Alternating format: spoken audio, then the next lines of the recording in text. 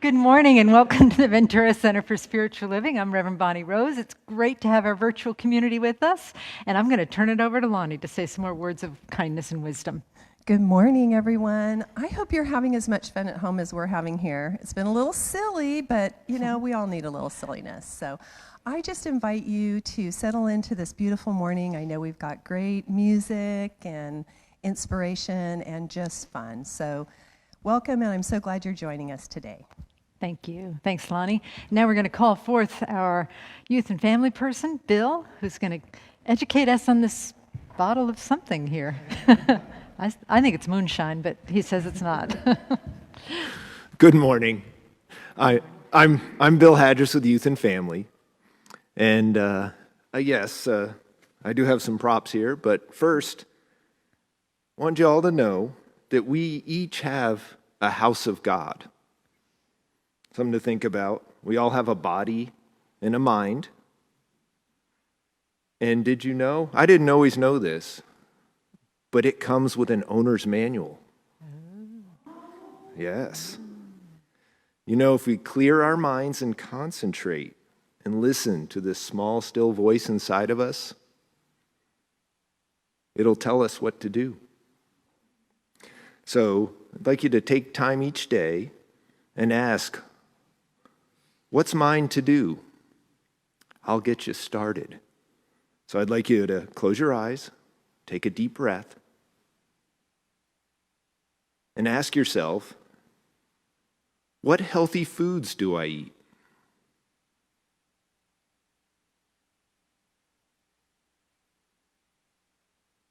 When and how do I exercise?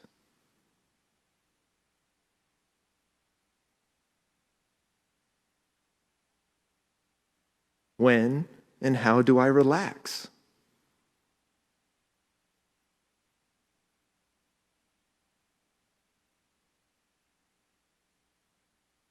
And when you're creative, what do you do?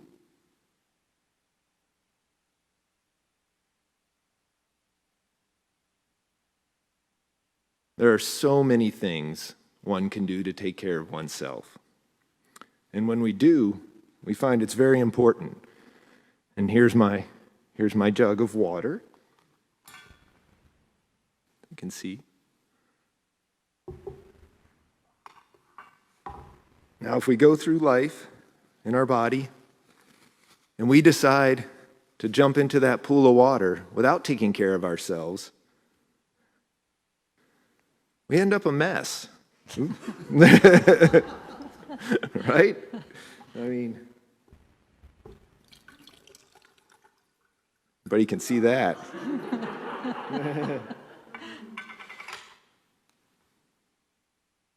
But if we take time to take care of ourselves, we can, let's see if I can get this right. Basically, do all the things we need to protect ourselves. And then, when we find ourselves in life, we find we are completely protected.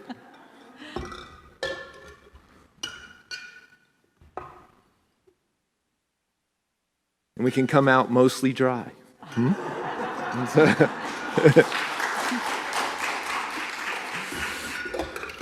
So with that, I invite you to close your eyes and repeat after me and say, I take care of myself. I take care of myself. And so it is. And so it is. Thank you. Thank you. Good one, Bill. Okay, so I believe it's now time for our practitioner, Rick Southam, to come forward and start us off in prayer. And by the way, we're not having a sacred reading today. Hugh is working today, so he's not here. So we're just going to go for the prayer and then go into Darius. Yes, I ask that the practitioners here and at home stand up. I give thanks to God, the creator of the universe and all life, for having this service today and for my actually being here. I know that God is in everything, and that God is in the music. God is in each and every person that is here. And I know that God will be in Reverend Bonnie's message today. And I know that the message will be exactly what I need to hear and what everyone here needs to hear and everyone at home needs to hear. And I'm just so grateful to be here and to participate in my spiritual community. And I release this into the universal law, and together we say, and so it is. And so it is. So we breathe into that space that Rick created with his wise and kind words. We allow ourselves to be, allow ourselves to relax. And then breathe in deeply one more time. And exhale, gently opening our eyes in love and in service to what is, as it is, and so it is. Good morning, everybody. I hope you're well out there in Cyberland. And aside from the obvious challenges of this year, there are some things that have kicked in which have been a bit more beneficial, like I'm sure you'll have had a chance to slow down in a way you haven't for a long time, and maybe found opportunity to sit still for a while. This song is called Listen, and it's about that. It's about finding a place and a space where you can calm your thoughts and kind of tap into that voice that's within you, which is always guiding you, always speaking your best truth. This song is called Listen, You Already Know.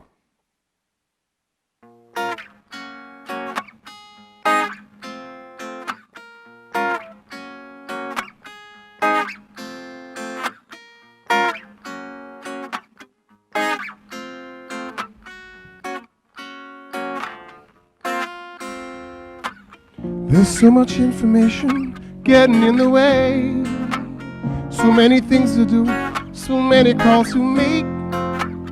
Don't know my left from right, my up and down, and I just wanna tear it all apart, like a brand new start. Too many TV screens, magazines in my face, feel like I'm sinking, that I'm lost without a trace. What are we looking at?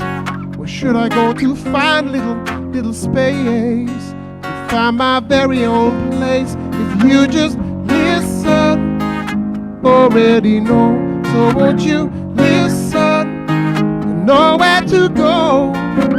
Listen to your inner voice, and hear the beat of your heart, free to make your own choice. There's so much talking, but who's really speaking to me? So much rushing, but I rarely see any speed. I feel like hitting out and screaming loud, but I don't wanna hurt nobody close. It's when I need to listen most, is when you listen, already know. So won't you listen, know where to go? Listen to your inner voice, hear the beat of your heart, free to make your own choice.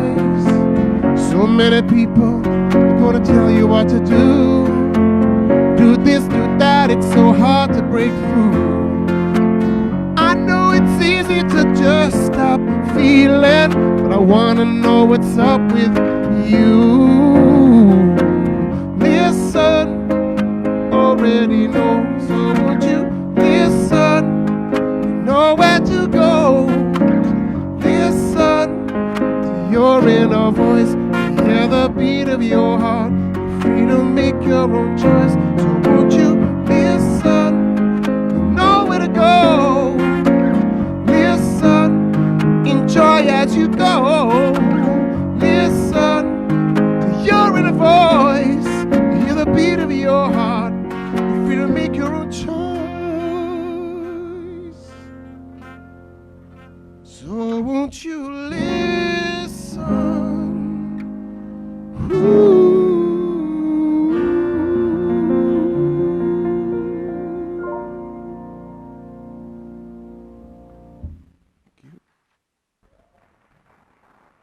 Thank you, Darius and Chris. Thanks so much. It's great. Okay, so here we are. Okay, so as you know, those of you who have been attending regularly, we're working with this book called The Greatest Work of Your Life. Is that what it's called? No, it's not. The best work of your life? What? The what? The great work of your life. I have a hard time remembering that title. And it is a really, really good book. And it's about the Bhagavad Gita, or it's a read on the Bhagavad Gita by this author named Stephen Cope, who works in a cripple yoga center. And he's talking about Dharma. Dharma is our sacred calling. And he talks about how there are 4 pillars of Dharma. The first pillar is to just inhabit your Dharma, to know what it is, to know what your sacred calling is. And then the second pillar is to do it full out. And then the third pillar is something else. And I'm going to read this little quote that Hugh was going to read for his sacred reading, but I'm going to go ahead and read it to you because it spells it out so clearly. Stephen Cope writes, in The Great Work of Your Life, he writes, in the Bhagavad Gita, Krishna and Arjuna, Krishna is a god, basically, the charioteer, and Arjuna is a young man. They enter into deep conversation about Dharma. First, Krishna instructs Arjuna to look to his Dharma, then do it full out. Now he presents Arjuna with a third and most puzzling lesson. This is the third pillar of the Dharma. And he says, let go of the fruits of your action. To which Arjuna replies essentially, huh? Krishna says you have the right to work, but you never have the right to the fruit of that work. Sit with that for just a minute. That's a little disconcerting, right? Okay. So Arjuna will struggle with this teaching, as we probably can sometimes struggle with this teaching. He struggles with this teaching more than with any other. And indeed, this lesson is so slippery that Krishna will have to reiterate it over and over and over again to Arjuna throughout the dialogue. You should never engage in action for the sake of reward, nor should you long for inaction. Perform work in this world, Arjuna, as a man established within himself, without selfish attachments, and alike in success and defeat. In this third lesson, Krishna is transmitting to Arjuna one of the most brilliant discoveries of the ancient yoga tradition, the power of non-attachment. Give yourself entirely to your work, yes, but let go of the outcome. Be alike in success and defeat. Krishna is emphatic on this point. You cannot devote yourself fully and passionately to your Dharma without engaging in this principle, letting go of the fruits of your labors. And why is this so? Because over the course of hundreds of years of practice, yogis had discovered that clinging to outcome has a pernicious effect on performance. Clinging or grasping of any kind disturbs the mind. And this disturbed mind then is not fully present to the task at hand. It is forever leaning forward into the next moment and grabbing. Now, perhaps some of us can relate to that. That we're working simply for the goal. We're not doing anything with the process, but we're saying, when I get this particular goal, then my life will be complete. And that robs us of the present moment. But on the other hand, how many of us have studied metaphysics or self-help teachings, and they say, create a burning desire for that thing that you want. Visualize it, make a vision board, look at it every day, visualize yourself having it. Attach to that goal and make it so. How does this play into the idea? How does this relate to the idea of letting go of the fruits of your labor? Are you supposed to have a burning desire for what you want, or are you supposed to let go? Which is it? Is it either or? Is it yes and? Who knows?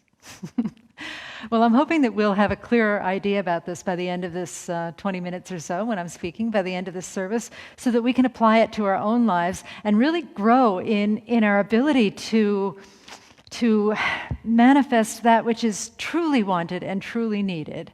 I think that's part of the key. In one of the Science of Mind teachings and in a lot of the prayers that we do, if somebody is really specifically focused on a goal, we'll say, yes, absolutely, I will pray for that with you, but I will also say this or something better. Because something better often comes in when we let go of our death grasp on what we think we want. So that's our intention for today. We'll see if it happens. I'm not attached to the fruits of today, and I hope you're not either. But we're going to go ahead and just kind of look at this strange juxtaposition of focusing intensely on a goal versus letting go of the fruits of your work, letting go of the results of your work, letting go of what you think you want. So the teaching starts in terms of this by saying that attachment causes suffering, and I think we've all heard that before. If you're familiar with the Buddhist tradition, that's a big part of it. But that with attachment there comes a lot of suffering, and I think sometimes it happens on the external world. We suffer on the external world, but suffering mostly takes place where? In our minds. In our hearts, in our beings. The book by Stephen Cope outlines 3 ways that we tend to suffer through being overly attached to the fruits of our work, by being overly grasping at what we think we want. Oh, and by the way, grasping has a close cousin, which is aversion. Aversion is pushing something away. It's really the same thing, grasping and aversion.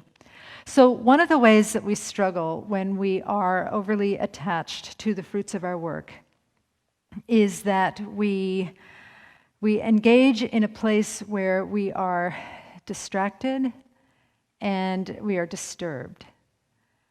The book gives an example of this, which I actually think is quite rude, because I feel like they were spying on my meditation practice. But they say, like, when you sit down to meditate and everything's fine, and about 2 minutes in, you start thinking about ice cream.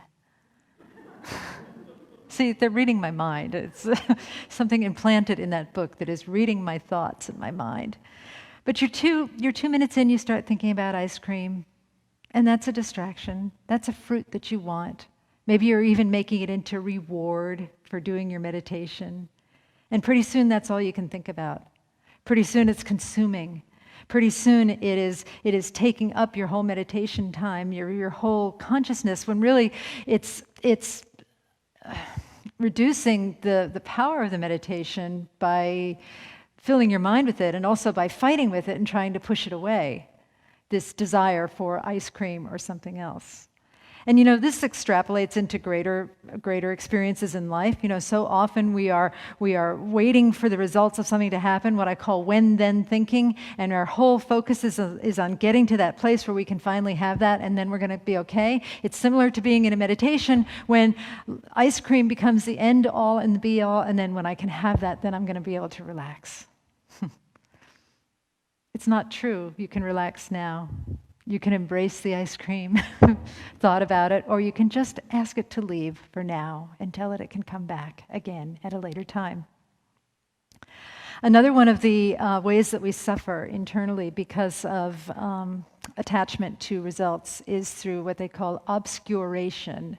We obscure the truth. What it says in this particular book is that when we are craving or grasping at an item, we fail to see the nuances in that particular item or goal that we're grasping. Using the ice cream analogy again, we make the ice cream all good. If only I could have that, then I would feel better, thank God.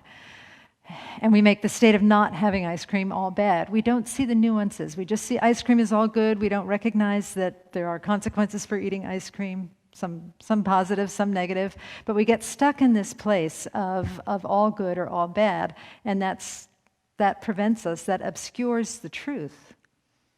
I'm teaching a class right now called, I call it Rumi's Field, but the name of the class is Meeting in Rumi's Field, and we're looking at how we do that in our lives, how we fail to see nuances, and we categorize people into this category, wrongdoing or right doing, and how we can navigate that.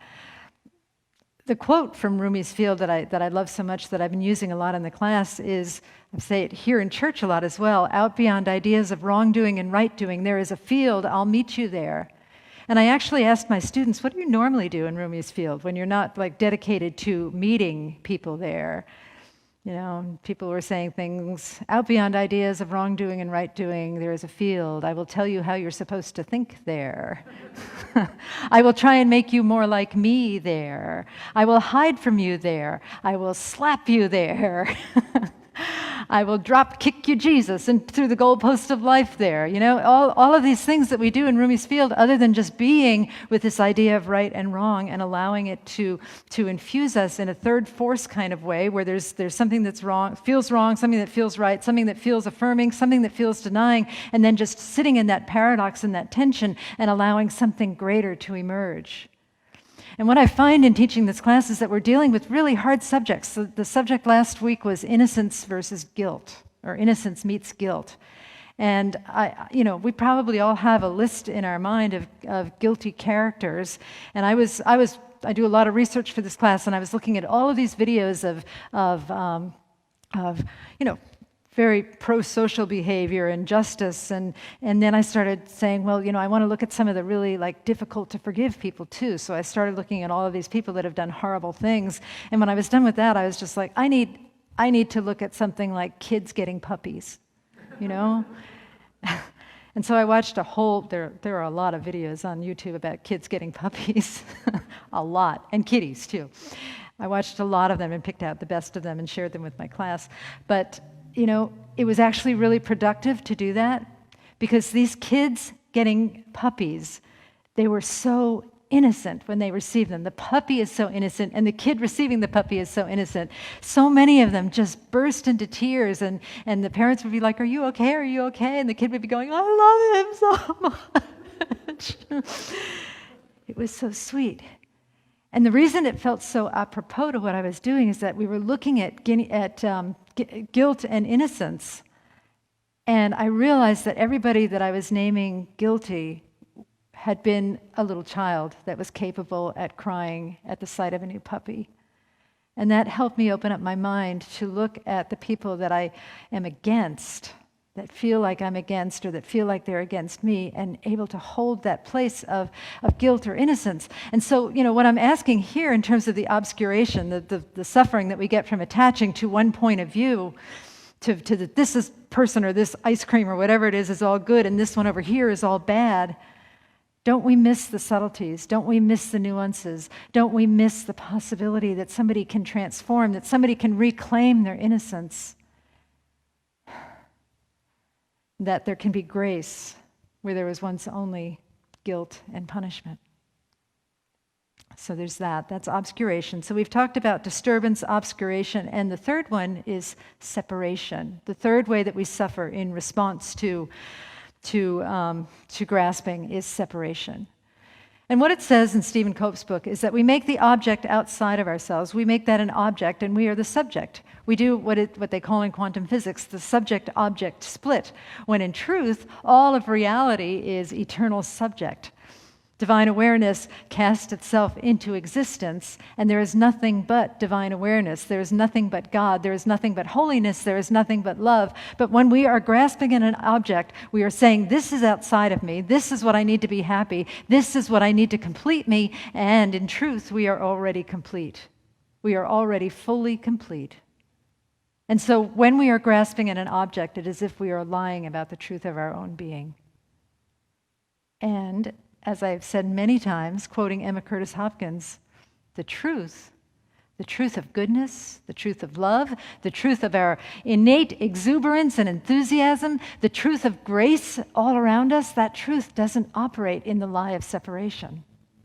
And so we get to do something different. We get to look at our tendencies to suffer in the name of grasping. We get to look at our ways that we enter into mental disturbance, that we enter into mental obscuring and mental separation, and then see if we can do something different. But before we do that, let's apply it to a real life example. Something that I don't want to talk about, but I'm going to anyway.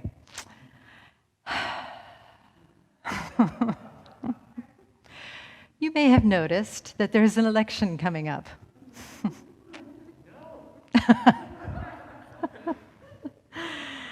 What are you on? Because I want some. No. Okay.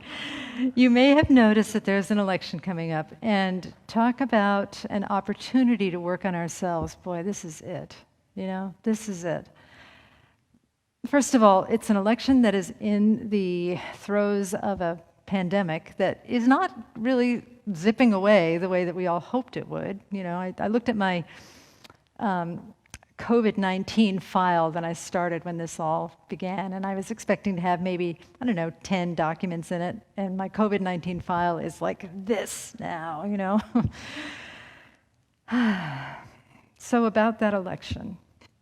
It's not only that COVID is impacting it, it seems to be that there is this huge consciousness of division around it, of grasping, and of wanting our result versus the other result, and saying to ourselves, I will not be okay unless this particular result happens. And I'm not sure that that is a really positive place for anybody, particularly people who study this teaching, metaphysical or mystical teachings. I'm not sure that that's a really positive place for us to be. And I'm mincing my words. I'm sure it is not a really positive place for us to be. The Bhagavad Gita is an allegory. It's a metaphor. And so Arjuna, the warrior, is called to participate in a just war, and Krishna is his charioteer, and he is giving him an advice, many pieces of advice about Dharma. And this is all taking place on a battle, but it's a metaphorical battle. And so there is a battleground that is going on in the election right now, and we may think that it's outside. We may think that it's between two candidates or several candidates, depending on how broad we want to widen the spectrum, but the battleground is actually taking place in us. The battleground is taking place in us into how we are going to be with what is going on. How are we going to be with what is going on? So I'm looking at these three things that are causes of suffering in our grasping and thinking about how we could possibly apply those to this upcoming election that seems so fraught with tension. And I don't know if other people sitting here or other people watching are feeling that way, but I have been doing some research on it, and there is a lot of information about how election stress is a real thing. That people are suffering over this election and over predicting what might happen. And I have to say, I'm struggling and suffering a bit myself as well. So, how do we apply these principles of non-grasping to the election? Well, the first thing that I said was disturbance. And the disturbance, if you remember the ice cream allegory, was that if I need this ice cream right now. And in terms of an election, it's like, I need this result. I need this result in order to be happy. But do we? Is our happiness, not only our personal happiness, but our collective happiness, really dependent on one person winning and somebody else losing? I asked in class the other day if whoever the president is that person cause or effect, or both? And most of us decided that whoever the president is, I'm going to say he or she because someday there will be a female president. Most of us decided that he or she is both cause and effect. That, say, whoever is president causes what comes up in his or her own life, but also the president is an effect of a collective consciousness that puts that person in office. And I'm not sure that the collective consciousness, as it is seen by the extremes of media, is the healthiest thing in the world in terms of resolving the polarities that seem to be tearing apart a lot of what is happening in this country. So we let go of the idea of disturbance, and we understand that it is possible to be at peace with whatever happens, with whoever wins, and with the reaction of who wins and who doesn't win.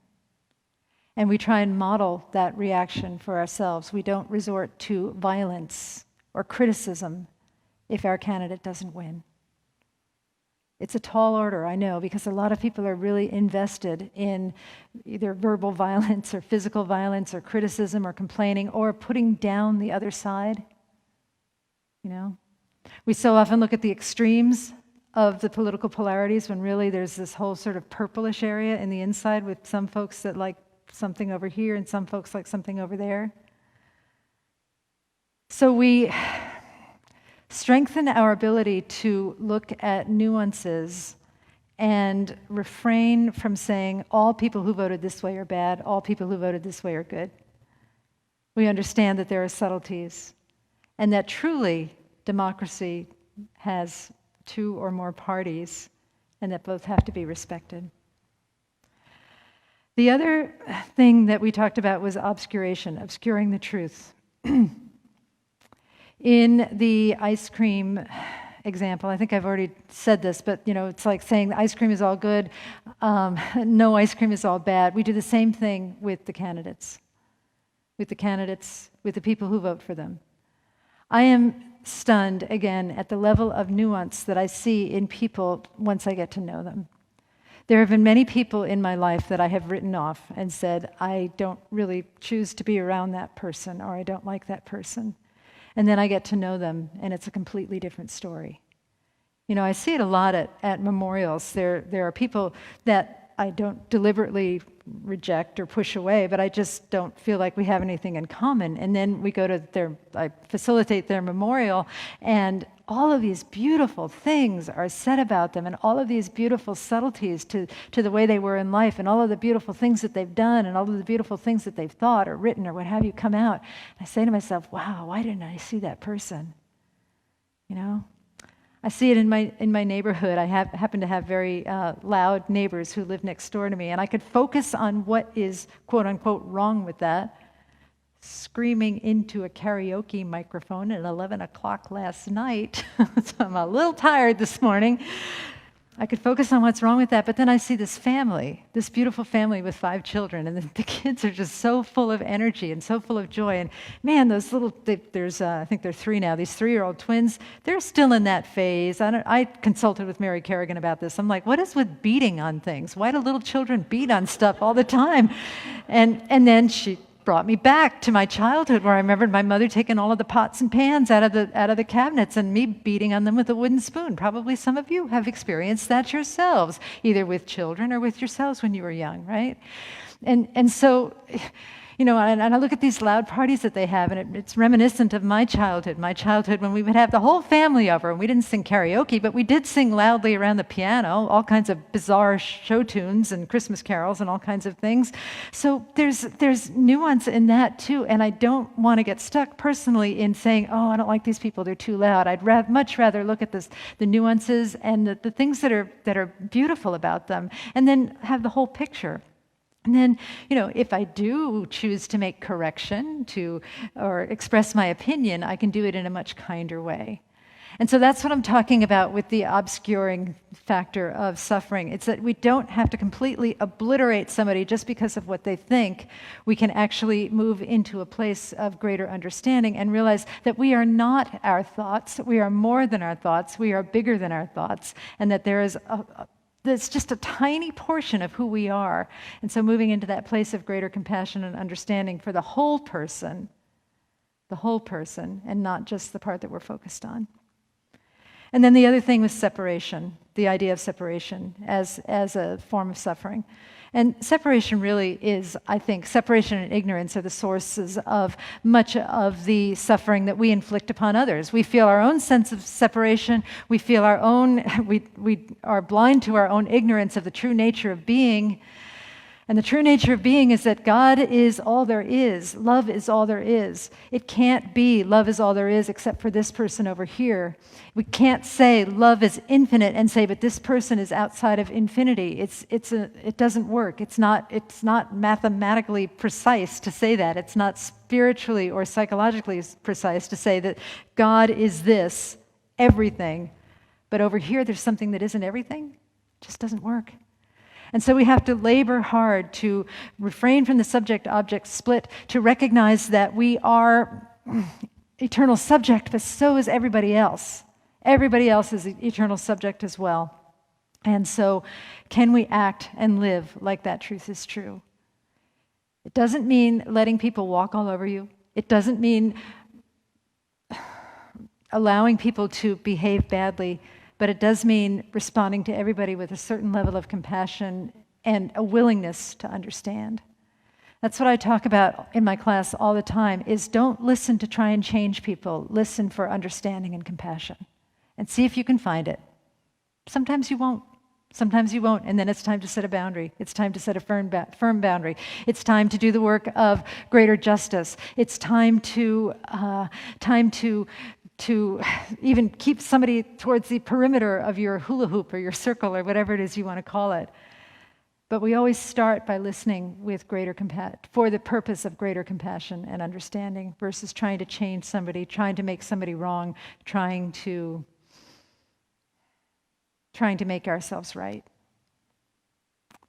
And I realize this is a tall order. I don't know if anybody here is agreeing with me. I don't know. What do you guys think? Anybody? Yeah, okay. All right. Whatever. It's not really my thing that I usually do, but I've just been feeling it very deeply.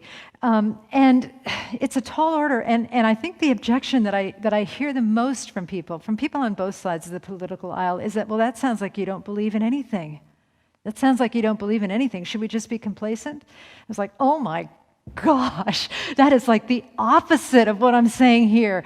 I believe in reconciliation. I believe in compassion. I believe in understanding. I believe in the greater truth that is beyond polarities. I believe in that field that is beyond ideas of wrongdoing and right doing, that field where when the soul lies down, the world is way too full to talk about. We don't even have words for what that is like. And I believe in living like that truth is true and finding tiny ways that I can do that in my personal life. Because everything that we think, everything that we say, everything that we do has an impact on the greater whole. So can we live from this place of non-attachment, non-separation, non-obscuration, non-disturbance, and if we do feel those things, because if we push those things away too, that's duality, that's pushing stuff away. But recognize that all of this is here for us to open ourselves up to a greater experience of love here on the planet Earth, whether it is those theoretical things that I talked about, those three theoretical things that I talked about, or an election that is likely to be challenging for many of us, myself included. Think about how much power you're going to let the election have over you, over your consciousness, over your thoughts. Think about, will your life be ruined if the quote-unquote wrong person wins, the person you didn't vote for? Think about the third force that, Richard Rohr talks a lot about order, disorder, and reorder. And there's this third force of this affirming factor pushing against this denying factor. And if we can sit in the tension of that and breathe and relax, then something mystical and new arises. What if all of this stuff that is happening now, including the pandemic, including the tension, including the racial disparities that we're seeing, what if all of this is happening so that something new can emerge? And how are we going to be the midwives for allowing that to happen, in a way that doesn't put down the other, but that lifts the other up into a new possibility, because truly there is no other. How are we going to be with that? I promised at the beginning of this talk that I was going to talk a little bit about the juxtaposition of have a burning desire for something and go out there and get it and make it happen, and then the other thing of letting go of the fruits. Bless you. Letting go of the fruits of your labors. And I believe that this book provides us with a really good solution for that that's really simple. In the book, Stephen Cope says that we let go of the results, but we completely focus and attach to the work of the Dharma. And that turns grasping to aspiration.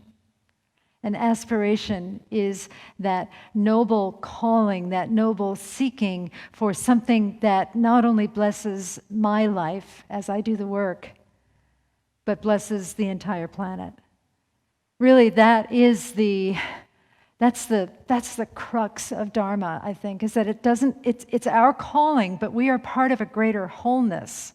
And if we are willing to answer the call of our Dharma and do it full out and just do the Dharma, do our sacred calling for the sake of the calling, not for any particular results, holding that consciousness of, well, maybe this is what I would like, but this or something better, then that's the place where we really change the world.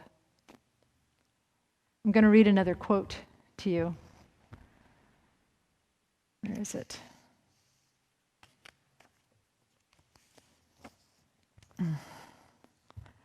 This just backs up what I just said. What is the antidote of grasping? And Krishna says that detachment is. He says, seek refuge in the attitude of detachment. He teaches, and you will amass the wealth of spiritual awareness. But here is an important proviso.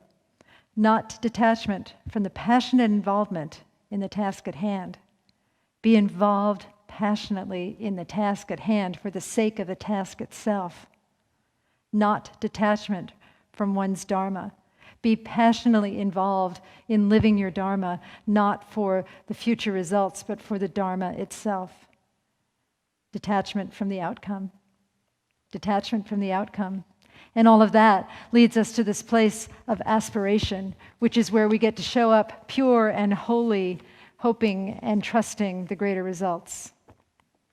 And so, in terms of what is coming up for us in the next couple of weeks, and by the way, I'm not speaking next week, Kusala is speaking, so I wanted to get this in there to provide hopefully some comfort and some aspirations for our congregation. This is from Richard Rohr about dealing with these times personally, and it's also from one of our practitioners, Dina Sherry, who sent it to me. And so Richard Rohr said, if you will allow, I recommend for your spiritual practice for the next few months that you impose a moratorium on exactly how much news you are subject to. Hopefully not more than an hour a day of television, social media, internet news, magazine and newspaper commentary, and/or political discussions. It will only tear you apart and pull you into the dualistic world of opinion and counter-opinion, not divine truth, which is always found in a bigger place. Instead, I suggest that you use this time, that we use this time, for some form of public service, volunteerism, mystical reading from the masters, prayer, or preferably all of the above. You have much to gain now and nothing to lose. Nothing at all. We have nothing to lose. And the world with you as a stable center has nothing to lose and everything to gain. The world has everything to gain. We have nothing to lose. The world has everything to gain. We have everything to gain through the applied, conscious, compassionate practice of our Dharma, of being the change that we wish to see and allowing every thought, action, and word to reflect that. So, you know what? I don't know what to do about the election. I know I'm going to vote, but I don't know what to do about the results, whatever they are, if there's violence or if there's bad feelings or if people are upset. I don't really know what to do about that. But I do know what I'm going to do today. I know what I'm going to do today. I'm going to go home, and my neighbors who were having that really loud karaoke party last night with their 5 children, and there's like not really Halloween this time of the year, and Halloween is huge in Santa Paula. Santa Paula is 85% Mexican or Latinx, and it's huge. The houses are all decorated and like incredibly decorated. I actually procrastinated from writing my talk to drive around and look at the houses last night because they're just incredible. People take Halloween very seriously in Santa Paula, but these kids next door to me, they're not going to get to trick or treat. So my Dharma today is buying candy for them.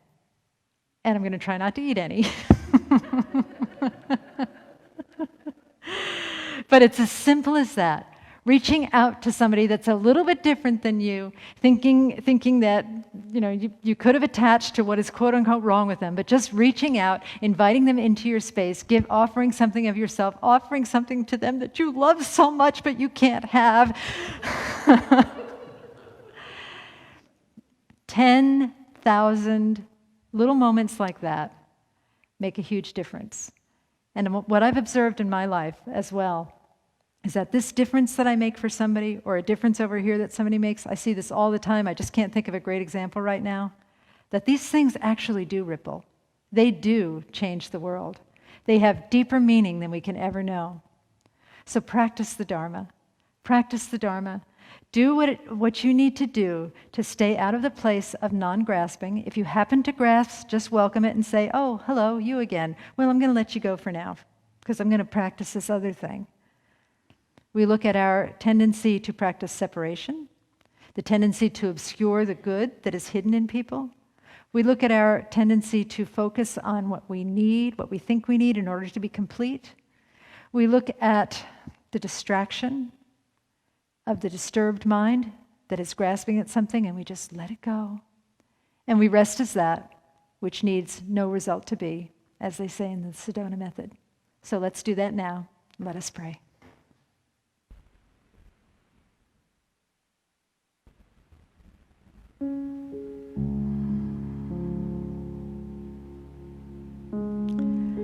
And so I turn within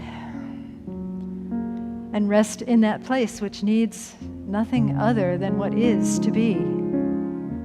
For I am that, and you are that, and we are that, and the whole world is that. We rest and we breathe and we relax and we trust and we know that all is well because God is here. God is here, awake, conscious, in love, as all of us.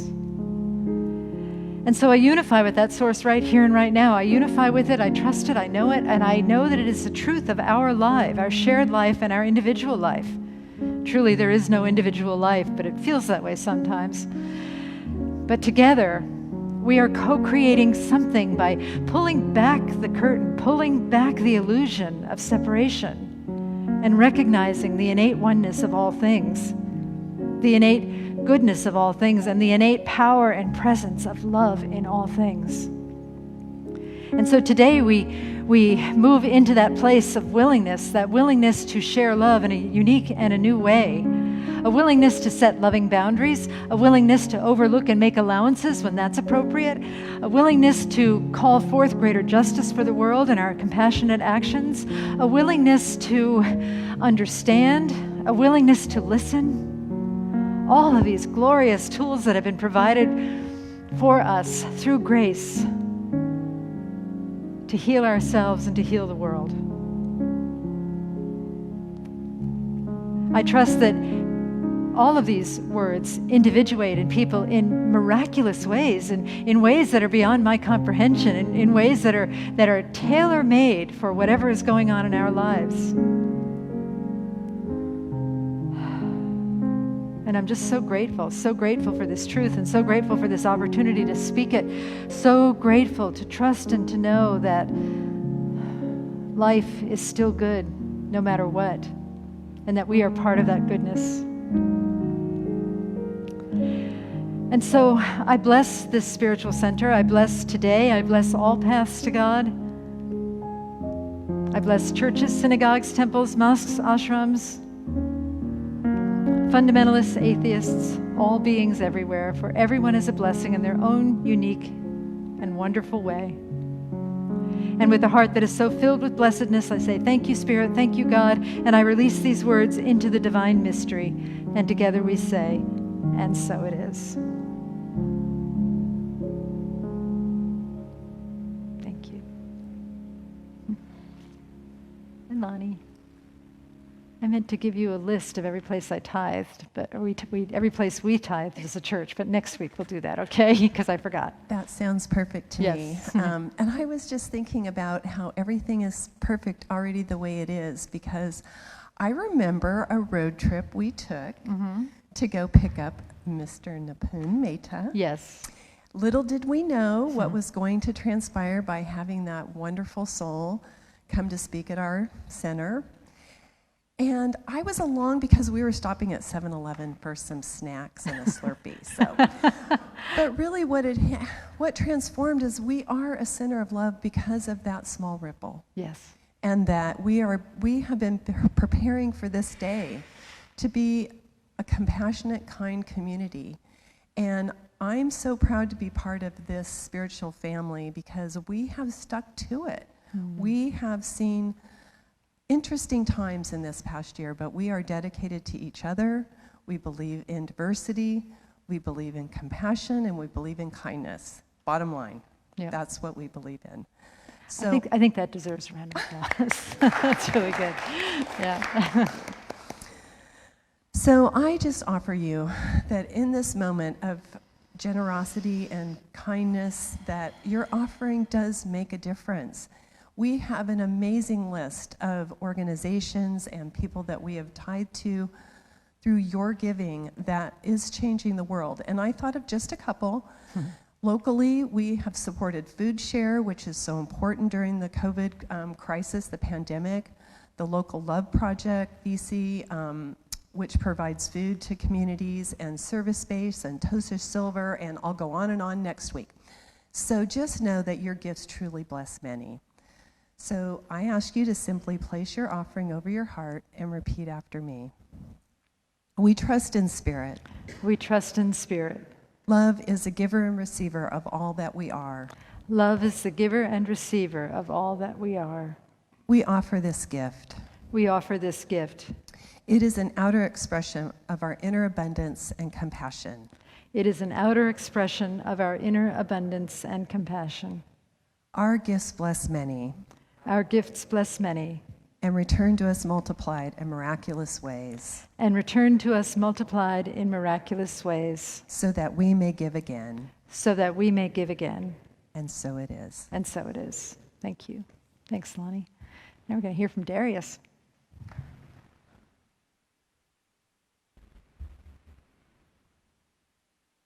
Thank you, Reverend Bonnie. I always say exactly what I need to hear, right? Like a magical power.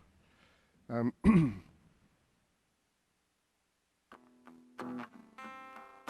wish I'd written this next song. And it's a song that kind of invites us to consider that every person in this world is a little piece of God. And to your point, whoever wins the election is still a face of God, right? If God had a name, what would it be, and would you call it to her face? If you were faced with him in all her glory, what would you ask if you had just one question? And yeah, God is good. Yeah, God is great. Yeah. What if God was one of us? Just a slob like one of us. Just a stranger on the bus, trying to find a way home. If God had a face, what would it look like, and would you want to see? If seeing meant that you would have to believe in things like love, peace, and understanding. Yeah, God is good. Yeah, God is great. Yeah. What if God was one of us? Just a slave like one of us. Just a stranger on the bus, trying to find her way home.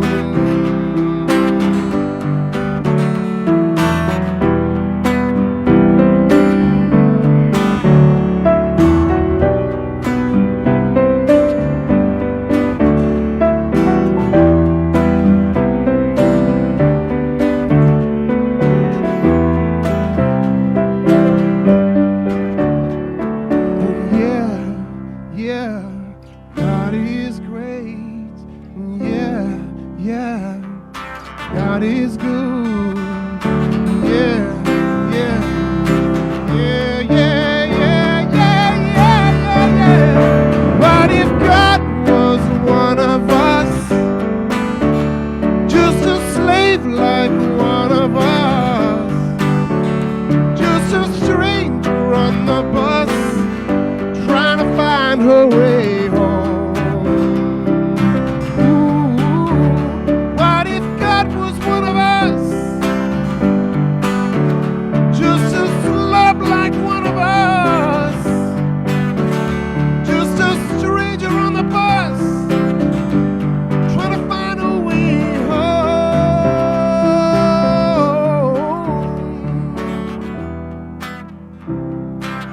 Just trying to make it on his time, and always running out of time.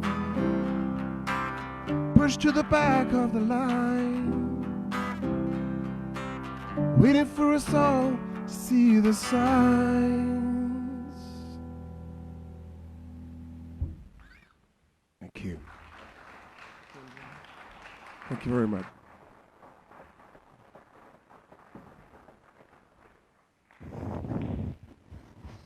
Thanks, Darius and Chris. That was great. So it said, what if God is one of us, just a slob like one of us? Yes. Oh, okay, good to know. So you've been spying on me too, because I'm not paranoid though, am I? All right. So yeah, thank you so much for joining us today, and it's great to know you're out there and doing this good work wherever you are. You know, we broadcast around the world, and just take this message, take this love, this compassion that Lonnie particularly spoke so eloquently about, and just bring it into your life in whatever way that you can, and know that it makes a difference. Know that focusing on your sacred calling to bring good into the world makes a difference, no matter what the results are. Okay? So we're going to pray now, and I'll send you on your merry way. Let us pray. So turning within, let us together know that this time has been good, that hearts have been opened, that our hearts have been opened, and that every single person listening, we pray for them as well, that they have received new insights and new compassion and new understanding. And that not only the people that hear this message, but the people that we touch, the people that we interact with, are beneficiaries of the work that we do here today, this morning. And so I name this Sunday morning good and very good. I know that we go home and go our separate ways and do good work in the world, and that we are just beacons for the light and the love of the oneness, the awareness, the truth of who we all are. And so with that at heart and mind and being, I give thanks for this time together, and I release these words into the divine mystery, and together we say, and so it is. Thank you.